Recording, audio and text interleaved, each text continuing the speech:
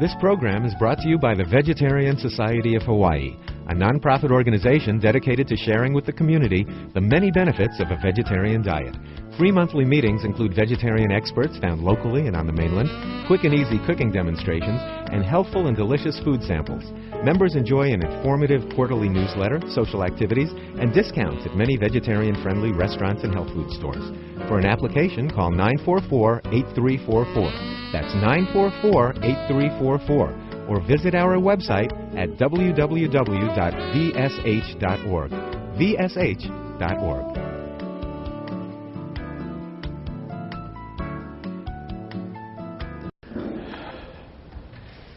Good evening, everybody. Welcome to the monthly public lecture of the Vegetarian Society of Hawaii.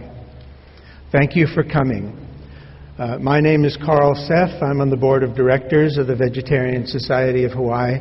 Our president, Alida Rutchick, is not feeling well tonight, and so I'm subbing. So this is what you get for a substitute. The Vegetarian Society is a not-for-profit volunteer organization founded in 1990 to promote human health, animal rights, and protection of the environment by means of vegetarian education. That's what we do, vegetarian education. Tonight's lecture is being videotaped for broadcast on the Vegetarian Society of Hawaii weekly television series entitled Vegetarian. It's now time for our special guest. We're delighted to welcome Dr. Milton Mills to Hawaii and to the Vegetarian Society of Hawaii.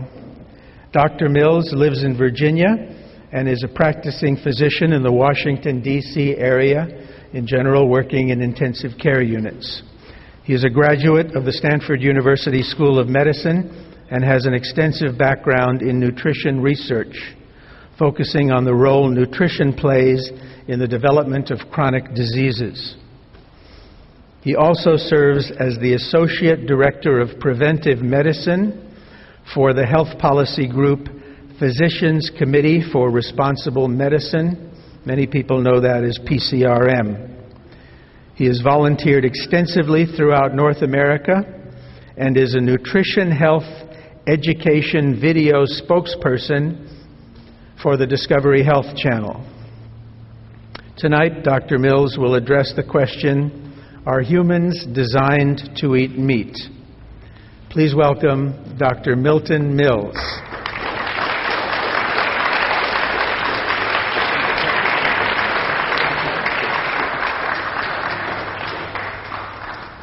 Oh, thank you so much. Okay. Let's see if we can get this back up. All right, I think we're ready to go. Again, thank you for inviting me. The title of tonight's talk is, Are Humans Designed to Eat Meat?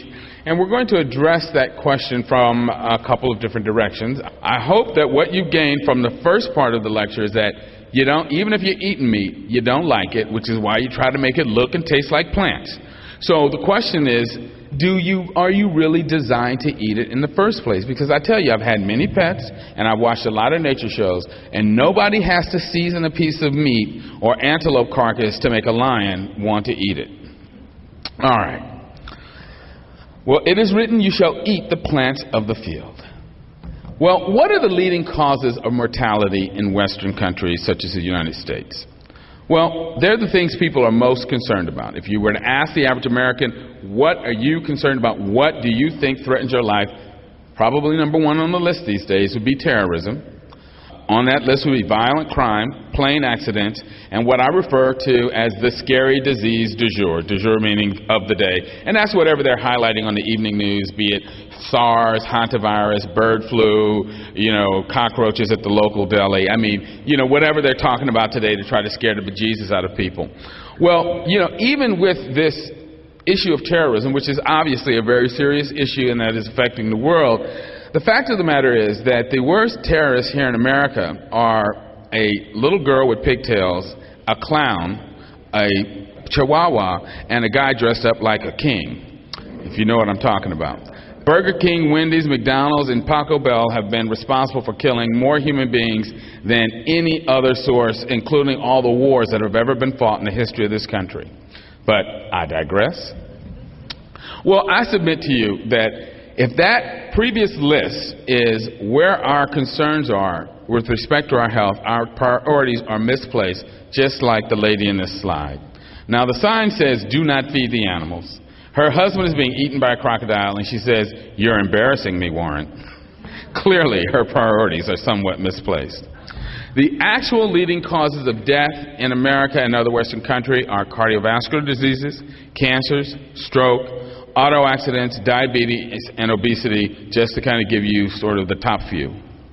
This is important because experts estimate that up to 80% of the major diseases and premature death we see in this country could be prevented by changes in diet and lifestyle. That's a tremendous, tremendous statistic. Every year, over 500,000 people die from heart disease, another 500,000 die from cancers, and the toll from obesity, diabetes, and stroke, etc., again, is astronomical. And to think that we could not only prevent 80% of those deaths, but we could also prevent people from suffering from the diseases in the first place is a very profound point. And so we need to ask the question, what should we be eating? If the diet that we're eating in this country is making us sick and killing us, what should we be eating so that we can avoid these things? Well, I submit to you that what we need to do is to switch to a plant-based diet. Well, do I have any evidence for that? You came to the right place because I got a lot of it.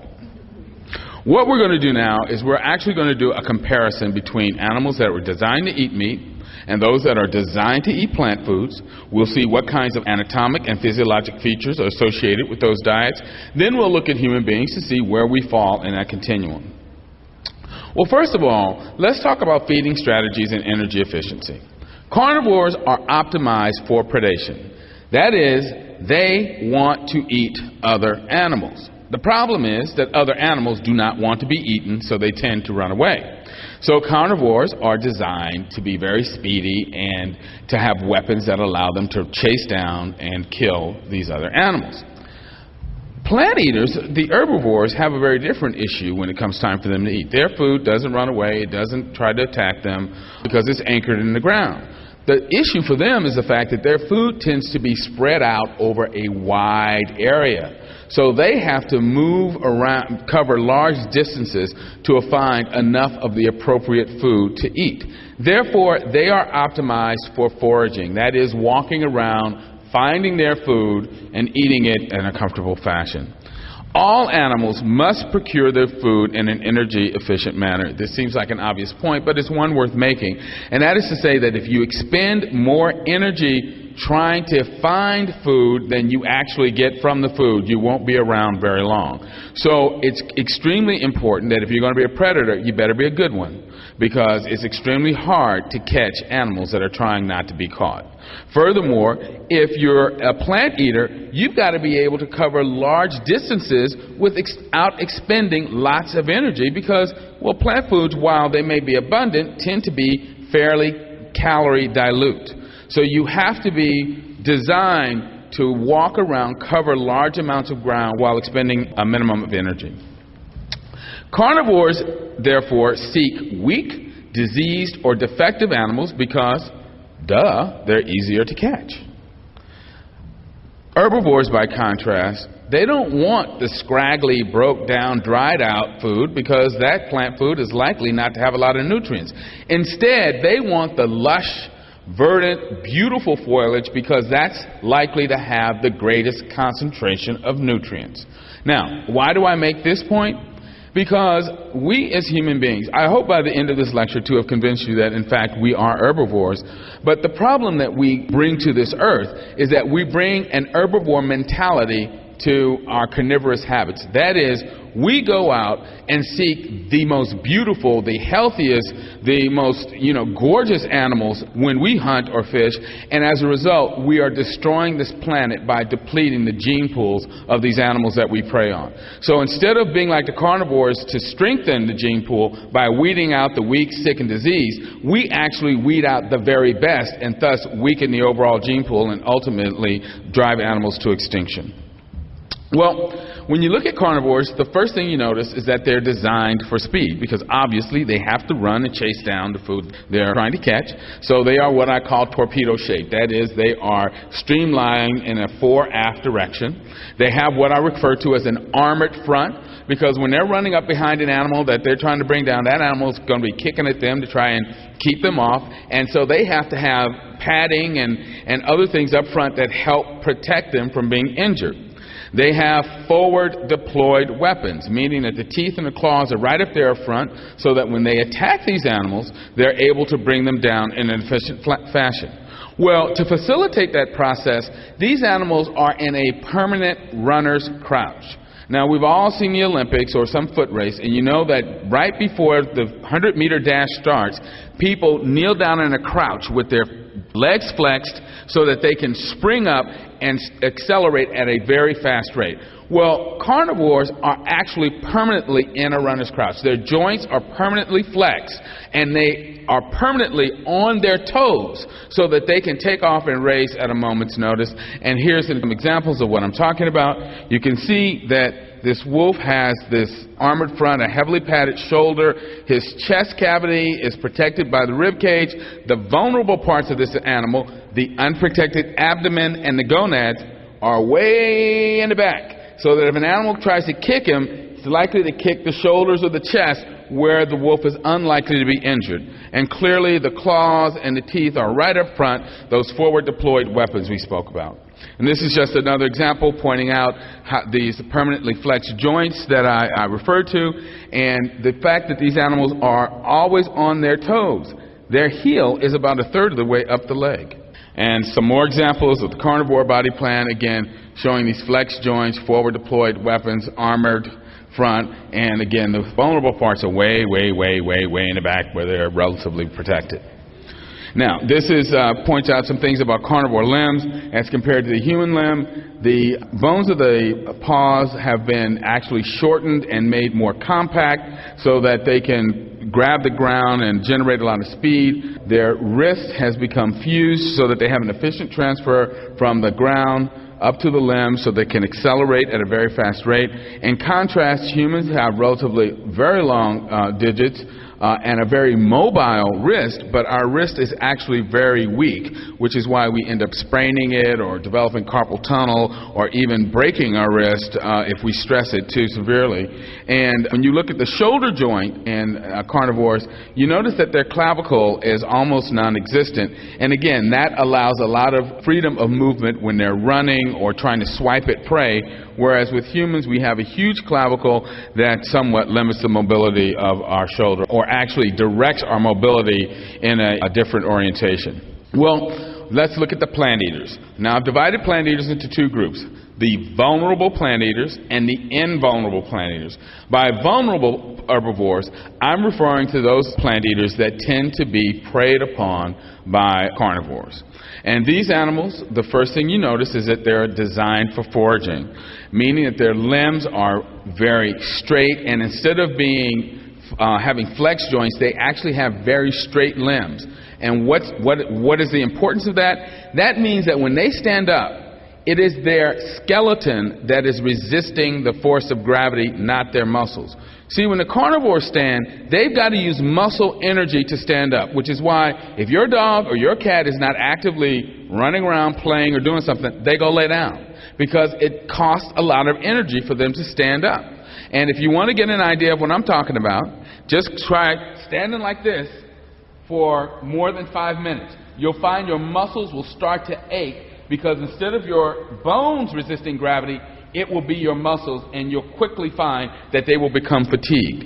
So because these plant eaters have to walk around and cover all this distance to find food, they have limbs that are very straight. joints that are not flexed so that when they stand up, the resistance to gravity is being done by their skeleton, not their muscles. And some of these animals are so well designed in this regard that horses, elephants, and other large plant eaters actually can sleep standing up because it takes them almost no energy just to stand. We saw that the carnivores were kind of on their toes to kind of help them run faster. The plant eaters have taken this a step further. That is, they have what is referred to as an ungular stance, meaning that like a ballerina, they are on point. So instead of being on the balls of their feet, they're literally on the tips of their toes. And this is an example of an antelope, again, showing the very straight limbs that I referred to. You notice that all of the muscle mass in the limbs is located up here near the joint, and the limbs themselves are very thin, which means that it takes much less energy to move them. Now, contrasting that with the invulnerable herbivores, you see that they, such as elephants and other large plant eaters, they too are designed for foraging. They have very straight limbs, but their limbs are very thick and heavy and work like pillars to keep up this massive bulk. Clearly, these animals are not designed for extreme speed because they don't have to run away from anything. Nothing is going to jump on a full-grown elephant. And nothing is going to mess with an elephant baby because elephants are social creatures, and the mothers and aunts and other relatives are usually very close and will stomp the daylights out of any lion or other creature that messes with one of the baby elephants. These animals are not designed to run fast because they don't have to. You know, who's going to mess with them? And so they have a more plantigrade, that is, flat foot stance. Now, to just give you an example, this is an elephant skeleton and a cat skeleton drawn to scale. You see how straight the elephant's limbs are and how they're more under the body, whereas the cat's limbs are flexed. The cat is on its toes, and its front limbs are actually at the front of the chest cavity as opposed to being under it. And again, flexed joints, meaning it has to expend a lot of muscle energy to stand up. Now, contrast that with human beings. We are definitely flat-foot. Our heel is on the ground. And elephants have also a modified flat-foot stance, which would qualify as a plantigrade stance. Well, what about human beings? We also are designed for walking and foraging. We are lousy runners. We don't run very well at all. The fastest human beings can only run at about 22 to 25 miles an hour, and that's only for a couple hundred yards. Whereas the fastest plant eaters can run upwards of 40, 45 miles an hour for several miles. If you watch these animal shows, you know that a lot of time the antelope will go bouncing all over the savannah, and that's their way of telling a predator, don't waste your time chasing me, I'm in good shape, you're gonna end up losing. Well, humans also have what I refer to as an exposed anatomy. The vulnerable parts on our body are right up front where they can be severely damaged by an animal we're trying to chase down. And that just doesn't make sense if you are a predator. Furthermore, lifestyle factors make us relatively invulnerable to predation. So, yes, we are slow, we're plant eaters, but we don't have to be fast because the fact that we are able to be active during the hottest part of the daytime and the fact that we are social creatures like elephants and other herd animals helps us protect ourselves against predators. Most predators are actually asleep during the day, and human beings would be asleep at night when most predators are active, which is why we have lousy night vision. Well, what about women? Obviously, human pregnancy makes hunting impractical. Well, how have theorists dealt with this? Well, they've come up with these theories now, and most of these theorists were guys, and they said, well, you know, the women hung out at the cave while the man went out to, you know, kill the bison and bring back the food to the home. And I'm sure that made them feel very proud, but it was also very impractical and inaccurate. The female of every species has always been able to procure the diet she needs to live and raise her young. There is absolutely no species on Earth where the female of the species cannot acquire the diet she needs to eat and support a pregnancy and raise young. So to postulate that human females would need to eat food that they are unable to get for themselves is utterly ridiculous. And I always say, given how undependable males are in general and men are in particular, I don't think there's any woman, including Mother Nature, who would stake her survival on a man. Furthermore, the long gestation of human pregnancy is typical of herbivores. Carnivores have very short gestation periods, usually less than 3 months, and this is because obviously a massively pregnant wolf or lion cannot hunt. So they tend to have very short pregnancies, and their babies are born at a very immature state and at a very small weight. And again, they tend to have litters of babies, with multiple births, whereas large plant-eating mammals tend to have single infants or maybe at the most twins. This is also obviously true of human beings, assuming you're not on fertility drugs. And what's also interesting is that in carnivores, the typical baby weighs less than 3% of the mother's body weight, whereas with herbivores, they have much larger children that tend to weigh 7 to 8% of the mother's body weight or more. And if you assume that the average human baby weighs 7 to 8 pounds. I personally weighed 9 pounds 6 ounces. I was born by cesarean, which is why my mother still walks. That is clearly about 8% of a, say, 110-pound woman's ideal body weight. So clearly we have the classic characteristics of a plant eater in that regard. When we walk, our leg acts as a pendulum, and it actually turns out that most of the energy for moving the human leg while we're walking is done not by muscles but by gravity. It's a passive swinging motion. Now, let's talk a little bit more about the energy cost of locomotion. If you graph walking speed versus energy for all animals except humans, you get a straight line, meaning that the faster that animal walks, the more energy it has to use to move at that faster speed. Something very different occurs with human beings. With humans, over a fairly wide range of speeds, you find that we can walk faster for a much lower energy cost than one would predict for an animal our size. And this area within this curve represents the energy savings that we accrue. Well, how is it that we are able to be such efficient walkers? And again, keep in mind that walking is a foraging form of locomotion, not predation. Well, the reason we're such efficient walkers is that it has to do with the fact that we are standing upright. Our center of mass sits on top of our pillars of support, that is our legs. And the minute you throw your leg out in front of you, your center of mass falls outside of your body and tends to pull you forward. And so what you do is you throw your leg out and catch yourself before you fall, pivot over that leg, and keep that process going. So walking for human beings is a form of controlled falling, which is why even if you stub your toe just a little bit, you almost fall on your face because you take yourself out of that unique equilibrium we get into when we're walking. And so what's actually happening is that gravity is helping us move. It is doing some of the work of moving our body, and it makes us exquisite walkers. We're very efficient walkers, but lousy runners. And again, walking is a strategy that is appropriate for gathering plant foods, but you can't walk up on most animals and say, "Hi, I'd like to eat you." They generally won't have that. All right, well, let's talk about the head and neck region. In carnivores, you see that carnivores have reduced facial muscles that allows them to open their mouths very wide so they can run up and grab onto some animal and hopefully, if they're lucky, take it down and have dinner. The main muscle operating their jaw is what's called the temporalis muscle, which is a muscle that sits on top of the head, inserts on the lower jaw, and pulls the jaw into its socket and keeps it very stable. This is important because, again, there are no ENT surgeons on the savannah. You get your jaw dislocated out there, you can't eat, you die.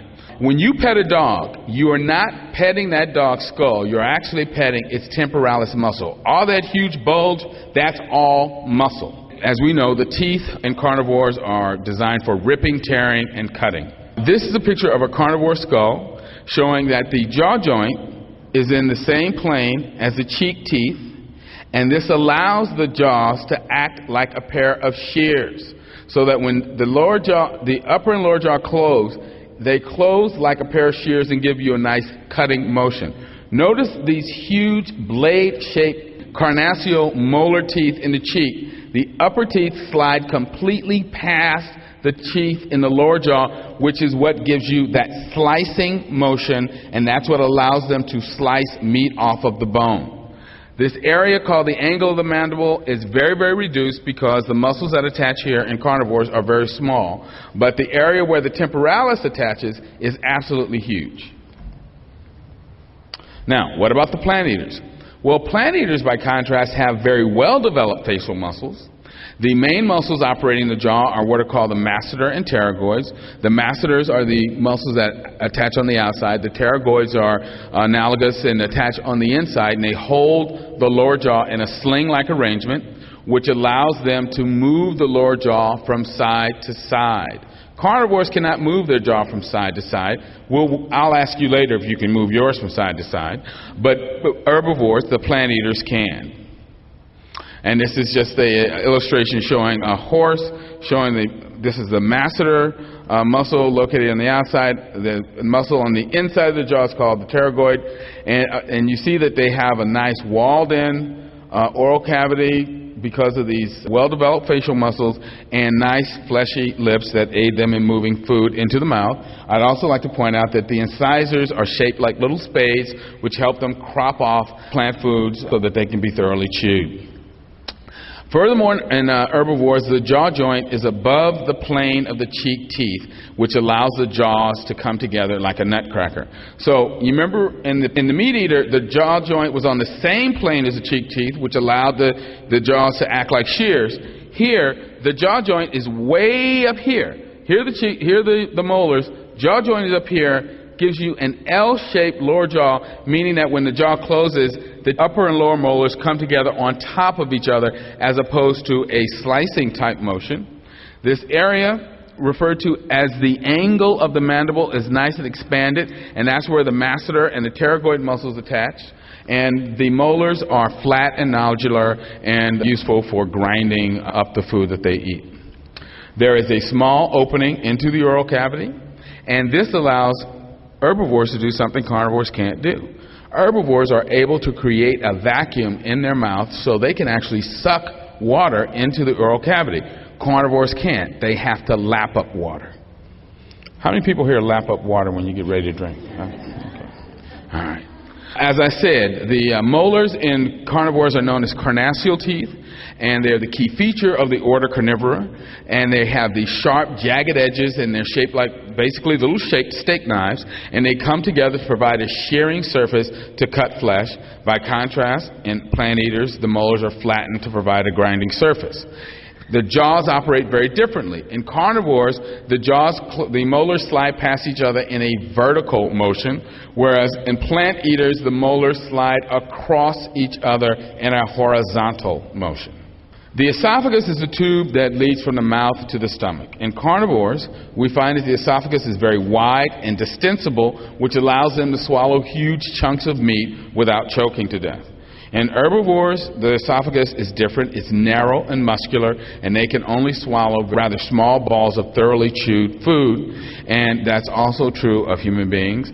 Our esophagus is narrow and muscular, and it turns out that over 90% of the people who choke to death every year choke to death eating meat, not plant foods. All right, looking at the upper gastrointestinal tract, what is it that meat eaters are eating? They're eating meat. What animal tissues are basically comprised of protein and fat. Animal cells have a cell membrane that's made up of fat, and inside the cell you find a bunch of protein and other easily digested items, and there is absolutely no fiber. As a result, these animals have very simple, short digestive tracts.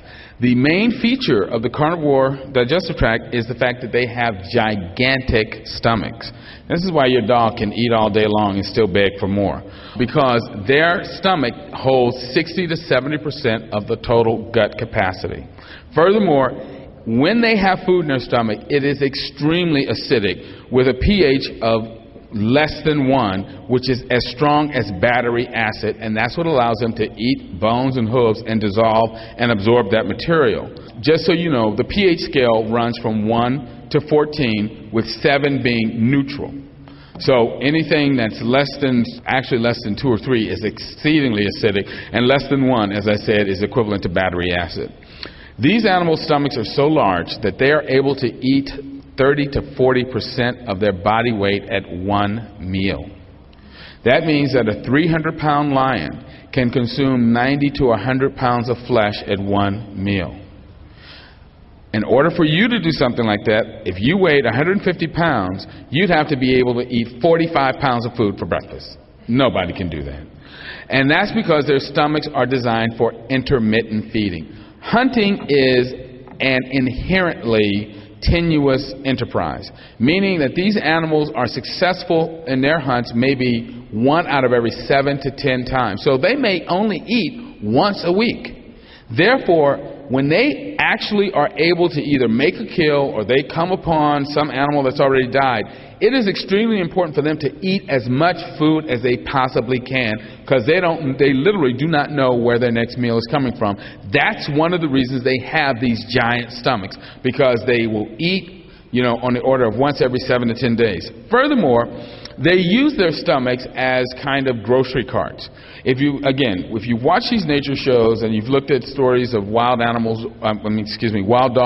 or wolves, you notice that when the parents come back from the hunt, the babies come out of the den and start yelping and licking them on the face, and that stimulates the parents to regurgitate food for the pups.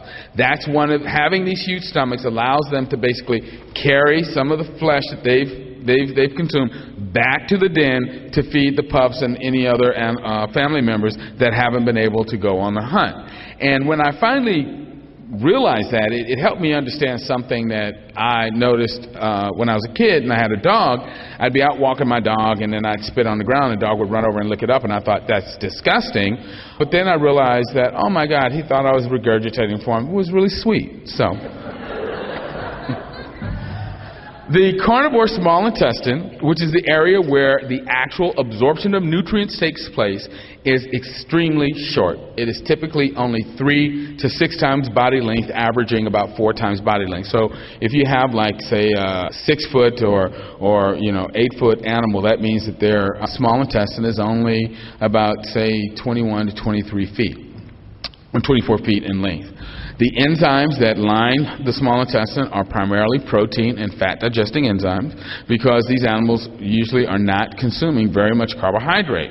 And they, in fact, have a very poor capacity to digest and absorb large amounts of carbohydrate. And studies done in the 50s show that if you fed large amounts of complex carbohydrates to dogs, you would end up giving them diarrhea, because they could not digest and absorb it. And this is just some diagrams showing the digestive tracts of these various animals. As a dog, cat, aardwolf, again, simple stomach, short small intestine, short long intestine, and again, we'll talk about a little bit more about that in a minute.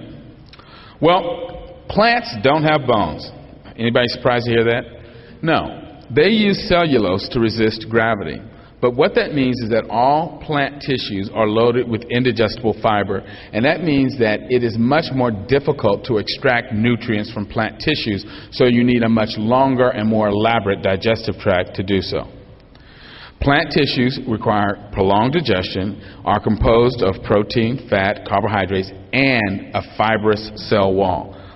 Every plant cell has a fibrous cell wall made up of cellulose, again, meaning that it takes a lot more work to extract nutrients from these foods. You have to actually try and mechanically disrupt those cell walls by chewing in order to get at the nutritious parts of the plant cell.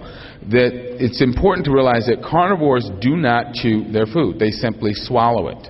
And that's because there's no point. The purpose of chewing food is to mix food with digestive enzymes. There are no digestive enzymes in a carnivore's saliva, so there's no point in chewing the food. They just want to get it down to the stomach, where the acid and the pancreatic enzymes can actually begin the process of digestion. Well, not all plant eaters have multiple stomachs. And I point this out because, people said to me, well, if I'm supposed to be vegetarian, how come I have 4 stomachs? Well, sometimes you wonder, but anyway, that's a different story. But not all herbivores have 4 stomachs. On top of this diagram you see is a picture of a zebra, and zebra, like all equines or members of the horse family, and many other herbivores like elephants and primates like gorillas, monkeys, and humans, have just a simple stomach, a long small intestine, and an area in the colon called the cecum where we actually do fermentation of fiber. What is fermentation? Well, animals like antelope and cows and etc. are animals that are designed to eat very rough herbage, plant food that has almost no intrinsic nutrient value, that is primarily cellulose. And as a result, they need to, and no mammal makes an enzyme that will break down cellulose. So, how can they eat cellulose and live? Well, in their stomachs is a soup that is made up of protozoa and bacteria that actually release enzymes that can break down the cellulose. And so that's why cows and antelope will go around and basically crop off a bunch of grass, swallow it, let it soak up those digestive enzymes, then they bring it back up and chew it, and that's called chewing the cud. Exactly. And that's to mix that grass with those digestive enzymes made by the bacteria. Then they swallow it, and it goes into another stomach where digestion begins to take place. Now, the differences in these two schemes for digesting food can be appreciated by looking at the scat of these various animals. That's if you're into jazz, scat means one thing, but if you're into biology, it means something totally different. But if you've looked at horse scat, you notice that it's very firm and it has a lot of undigested fiber in it. But if you looked at cow scat, it's almost liquid. That's because, again, horses, having only a simple stomach, don't digest that fiber very well. So a lot of it passes through undigested, much like the corn some of us had last night.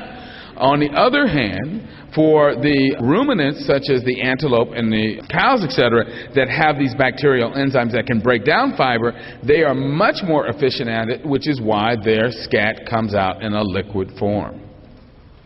But interestingly, when you look at the herbivore stomach, it's much smaller than that of the carnivore. It only holds less than 30% of the total gut capacity. It's only mild to moderately acidic. When there's food in the stomach, the pH of the food in the stomach is only about 4 to 5. And it is designed for batch feeding, not intermittent feeding, batch feeding, meaning these animals go out in the morning, consume a meal, then they spend part of the day digesting that meal, and then they go out later on and consume another batch of food. So they eat multiple times a day. Not once a week or once every 10 days, but multiple times a day. Starting to sound familiar? Even with the multi-chambered plant eaters, 4 stomachs combined hold less than 30% of their gut capacity. pH is neutral to slightly basic. Also, it's designed for batch feeding, and as I said before, it has that population of bacteria that helps break down the cellulose. Now, here's where the very big difference occurs. The small intestine in plant eaters is extremely long, averaging 10 to 12 times of the body length or more. Zebra has this peculiar pouched appearance, which is typical of herbivores that eat a very fibrous diet. Well, what about the lower digestive tract or the colon? In carnivores, the colon is short, non-pouched, and that's because the only function is elimination. By the time meat residue gets to the colon, it has no nutritive value, and the only thing that will happen is that it will putrefy and release toxins into the animal system if it is not rapidly eliminated. And so once this residue gets to the colon, it's pretty much coming out. By contrast, the herbivore colon is long and often pouched and has multiple functions, including accessory fermentation of fiber. So herbivores have bacteria in their colons that actually partially break down fiber, and they can absorb nutrients called short-chain fatty acids from the fiber breakdown, but they also absorb water in their colon, and the bacteria there produce vitamins that they can absorb and that help maintain health. And this is an example of a horse, the colon of a horse. This is the cecum, and then the colon is kind of wound up there, and this is the colon of a rhesus monkey. And again, you see that pouched appearance I referred to earlier. Well, let's touch on some physiology. Do carnivores worry about fat and cholesterol? No, they don't. Dogs do not get coronary artery disease no matter how much fat and cholesterol they're fed. The same is true for cats and other carnivores, and that's because lipoprotein metabolism, their livers are able to clear this fat and cholesterol from their system with no problem. They never get heart disease from it. Furthermore, they don't get gallstones. Most of the gallstones that people get are made up of cholesterol, and that's because when we eat too much cholesterol, it has a tendency to precipitate out in our bile and form stones. Now, what is bile and what is it for? Well, most of the women here who've had children are at least familiar with what bile is. They may not know what it was for, but they know that bile is called bile because it rhymes with bile. I became familiar with bile when I tried to go out whale watching one day and the seas were rather choppy. Shortly after the ship passed under the Golden Gate, I retired to the bathroom and did not leave it until we docked. I saw not only everything that I had eaten that morning, but then I started throwing up this very bitter, nasty, yellow, foul-smelling liquid, and I just was like, my God, what is that stuff? And it was bile. Well, what is the purpose of bile? Bile is a detergent. As you know, oil and water do not mix. So in order to absorb the fat in the food that we eat, we have to have some way of emulsifying that fat so that we can absorb it into our bloodstream, and that's what bile does. But just as you know that the dishwashing liquid that you buy at the store is not, all dishwashing liquid isn't created equal, neither is all bile. There's Dawn that has excellent grease cutting capacity. Then there's that cheap stuff that you wash 2 glasses and you got to put more detergent in the water. Well, again, carnivores have very strong bile that's able to emulsify a lot of fat and cholesterol, which is why they do not get gallstones. On the other hand, we have very weak bile because we should not be eating a diet that's very high in fat and cholesterol, and when we do, that fat and the cholesterol tends to do exactly what greasy dishes do. When you wash with cheap dishwashing liquid, the grease tends to coalesce, and in the case of cholesterol, it forms stones. Interestingly, one of the reasons that bear bile is used in traditional Chinese medicine is that people found years ago that if they drank bear bile, it would actually be absorbed and concentrated in their liver, and it would actually dissolve the cholesterol gallstones that are there. Let me say that we now have medicines that do the same thing, so we don't have to go around killing bears, but it's just interesting that there was that folk wisdom that realized that. Well, by contrast, only plant eaters have carbohydrate digesting enzymes in their saliva, an enzyme called salivary amylase that actually starts to break down the carbohydrates in the mouth as the food is chewed. Furthermore, only herbivores have an appendix. What? Isn't the appendix unnecessary? Isn't it like leftover from? No, it's not.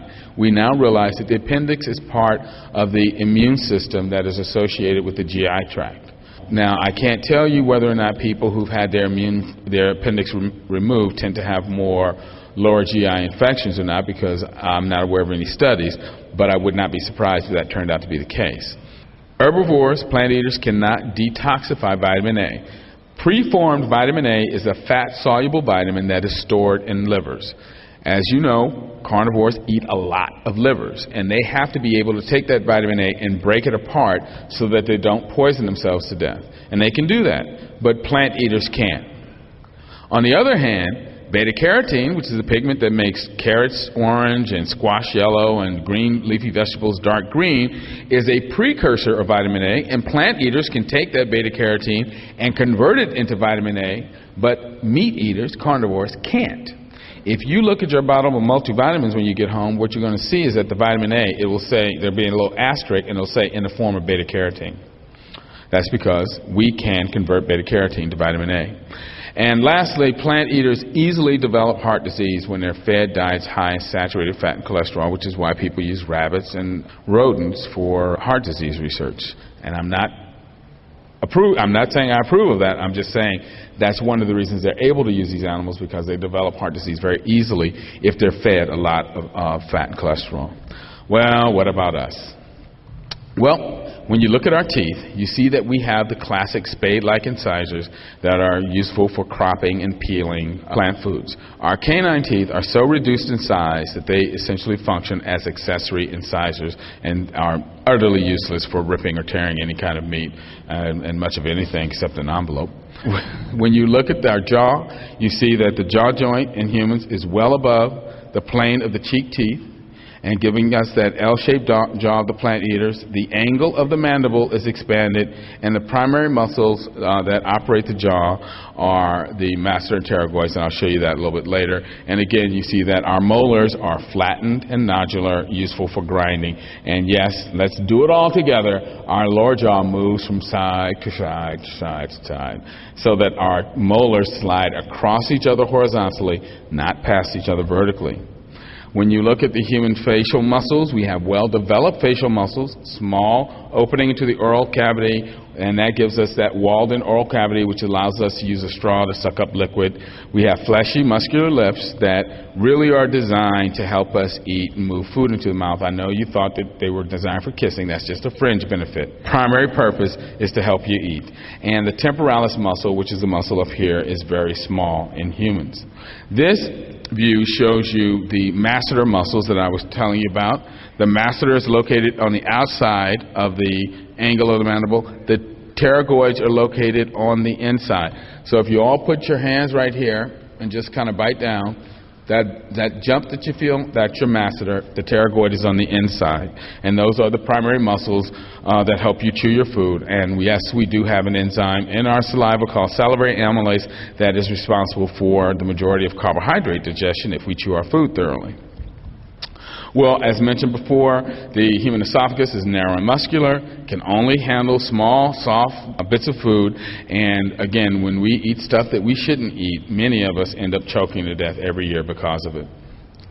The human stomach, we have a simple stomach that holds less than 25% of the total capacity of our GI tract. It's only moderately acidic with food, about 4 to 5. Believe me, if your pH was less than 4, you would be heading for the hospital. And it also is designed for batch feeding, which is why we tend to eat 2 to 3 meals a day. The human small intestine is extremely long, averaging 25 to 35 feet. I kind of stole my own thunder here because sometimes people say, wait a minute, if the human small intestine is only 30 feet long and I'm 6 feet tall, that means that my small intestine is only 5 times my body length. Nope. Body length is measured from the top of the head to the tailbone, and in human beings that averages 2.5 to 3 feet, so that our small intestine has the classic measurements of all plant eaters. The human small intestine is actually much longer than it appears, because when you look at it on the inside, you see that the mucosa is compressed like an accordion, and that increases the surface area. But then if you take a little section of this mucosa out and look at it, you see that it's thrown into these little projections called villi. And if you take a little piece off here and look at it under the microscope, you see that the villi have microvilli. And what the net effect is that the total surface area of the human small intestine is equal to that of a singles tennis court. So the next time you watch Wimbledon and you see Maria Sharapova run up and down the court, think to yourself, wow, all of that is in my belly. And the enzymes that are in our small intestine are a mixture of carbohydrate, protein, and fat digesting enzymes. Well, the human colon is also very long and has the classic pouched appearance of the other herbivores. Our large intestine actually starts on the right side, goes up, across, down, and finally out. The middle section is cut out here. Again, has that pouch structure I spoke of. And as you can see, we have an appendix. And our large intestine is primarily responsible for absorbing water, fermenting fiber, vitamin production, and ultimately elimination. Now, is the fermentation of fiber important in humans? Yes, it is. Because studies have shown that people who have low-fiber diets are at higher risk for having problems like irritable bowels, ulcerative colitis, because the colonic cells, that is the cells that line the human colon, actually prefer to use those short-chain fatty acids that come from the breakdown of fiber as their energy source. And that when you don't have enough of those short-chain fatty acids in your diet, it can cause disease in the colon, including things like ulcerative colitis and so forth. And even in the absence of frank disease, if your colonic cells aren't getting enough energy, they sometimes can't hold on to each other as tightly as they should, and that can allow the bacteria and or toxins to seep into your system and make you sick. Well, somebody asked me the other night, well, what about technology? I mean, we were able to design spears and hunt and all this sort of thing. Well, we don't hunt very well, and in the absence of high-powered rifles and stuff, we usually get our butts kicked by animals. But more importantly, technology did not change our physiology. So even when we were able to develop efficient hunting technology, we still have the anatomy and physiology of a plant eater. And the second point here says, think about a pig on a plane. What do I mean by that? You can put a pig on a plane and make it go 600 miles an hour, but that does not mean it was meant to fly. Well, this slide says bad things happen when we eat the wrong foods, and the caption at the bottom reads, "The dog ate my magnetic insoles." And as you can see, the poor puppy is stuck on the refrigerator. Well, low-fiber diets cause a variety of problems, including diverticulosis, hemorrhoids, appendicitis, increased risk for colon cancer, diabetes, and other hormone-related cancers like breast and prostate cancer. What is diverticulosis? Well, diverticulosis are actually small herniations in the wall of the colon, and that's what these little bubbles are. And so it's just like if you attempt to pick up something that's too heavy, you might rupture the muscles in your abdominal wall. When your colon has to exert abnormally large amounts of pressure to move stool through, it can cause herniations in the muscle walls, in the muscle wall of the colon. Well, what causes it to basically strain? Having a low-fiber diet. Think of it like a tube of toothpaste. When the tube is brand new and full of toothpaste, easy to squeeze that toothpaste out. But as it gets emptier and emptier, you have to exert more and more pressure to get the residue out. Same thing is true with your colon.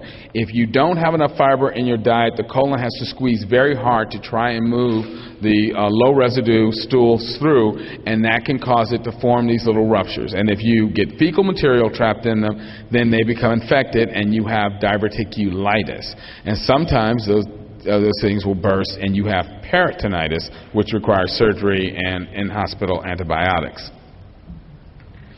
Now, hemorrhoids can be thought of as essentially varicose veins of the lower rectum. There are a number of veins that basically drain the lower part of the digestive tract and flow direct blood back up through the heart, right under the mucosa of the rectum. But anything that causes pressure in the abdomen to become elevated and remain elevated causes blood to back up in those veins, and that's why they become tortuous like varicose veins, and they can get infected and start to bleed. This is also why many women have a problem with hemorrhoids when they're pregnant, because they have a huge amount of pressure in their abdomen called the baby, but once they deliver the baby, the problem often clears up. But again, the treatment for this is to increase the amount of fiber in your diet, because the more fiber you have in your diet, the less your intestines have to strain to move stool residue through, and the lower the pressure in your abdomen. Well, this is called fast food madness. He says, "I'll have the half-pound double deluxe bacon steer burger, please." And the clerk presciently asks him, "Would you like some chemotherapy with that?" I just love the look on the clerk's face. Animal fat and protein have been linked to just a plethora of health problems, including heart disease, obesity, cancers of the breast, prostate, colon, lung, and pancreas, both type 1 and type 2 diabetes, gallstones and kidney stones, increases the risk for dementia and Alzheimer's disease, osteoporosis, infantile iron deficiency anemia, cataracts, and gastrointestinal problems caused by infectious agents. By contrast, vegetarian diets are much healthier for us. You have less heart disease, over a 50% reduction in all-cause cancer mortality, lower blood pressure, less osteoporosis both before and after menopause, reduced risk of stroke, less obesity, less chronic disease, decreased incidence and severity of type 2 diabetes, tend to live longer. We have improved immune system function, increased level of energy, higher levels of natural antioxidants that protect against disease and help our body function better, a greater sense of well-being, and of course a reduced impact on the planet as a whole. Now, am I just blowing smoke, or do I actually have evidence for these things that I'm telling you? The information I'm going to present to you now is taken from a study of Seventh-day Adventists in California. They compared the Seventh-day Adventists in California to California residents who were non-Adventists. And what's important about this is that roughly 50% of the Seventh-day Adventists are vegetarians, and 50% aren't. So, and this data actually doesn't stratify them apart by their diet. It just lumps them as a whole. So I actually think that if you could separate the meat eaters from the plant eaters, you see that the vegetarians are actually doing even better. But the point is that at every age from 45 through 74, both for Adventist males and Adventist females, they have less heart disease because of their diet, because in other respects they are pretty much like the rest of the population. And this is also true for cancer risk, with the exception of prostate cancer, and I'll talk about that in a minute. But again, as you can see, for each cancer type, if the risk for non-Adventists is listed as 1, the risk for breast, colon, bladder, stomach, kidney, and lung cancer was significantly less for the Adventists. Now, as you can see, for the prostate cancer, it is exactly the same as that for the non-Adventists. And interesting question is, well, why is that? Why is it that their diet hasn't had as good an impact on prostate cancer? And I think the reason is it's because most of the Seventh-day Adventists are lacto-ovo vegetarians, meaning that they include dairy foods in their diet, and dairy food has been linked to an increased risk of prostate cancer. So I think that may be the reason we don't see the reduction that we see in the other types of cancer. And so hopefully at some point they will separate the vegetarian groups by vegans versus non-vegans, and I think we will see a reduction in an even greater reduction in cancer, including prostate cancer. The study also showed that there was a tremendous impact on improving longevity. The Seventh-day Adventist men in California lived an average of 9.5, nearly 10 years longer than non-Adventist men. And the women lived more than 6.5 years longer. And again, that's an average, meaning that some of them did much better than that. Now, does that mean that being a vegetarian isn't as good for women as it is for men? No. It's just that women already live so much longer than men. You guys just don't derive as much of a lengthening of your life, but you guys are doing great too. This is a study that is actually a fairly old study. It was actually done back in the 70s, but what I like about this study is it also looks at Seventh-day Adventists, but it does break them down by vegetarian versus non-vegetarian. And it looks at the risk of a variety of diseases, and basically this is a chart for females. You can see that only 4.5% of the vegetarian women had a problem with heart disease versus 6.6% of the meat eaters, and half of them had an issue of stroke, high blood pressure was less, and so on down the line. This was also true for the men. In closing, I just like this little Far Side cartoon. It's God on the Game Show. It says, yes, that was right. The answer is Wisconsin. Another 50 points for God, and looks like Norman, our current champion, hasn't even scored yet. And what's funny to me about this slide is, you kind of would say to yourself, well, Norman's an idiot. Who would go up against God? God knows everything, assuming you believe in God. Well, I'll close with this. And God said, behold, I have given you every plant yielding seed which is upon the face of all the earth, and every tree with seed in its fruit. You shall have them for food. Now, since everybody has a question, I'll open the floor to questions now. And for those of you who can't read the caption, it says, I don't mean to be callous, Earl, but can I have your stereo? Thank you.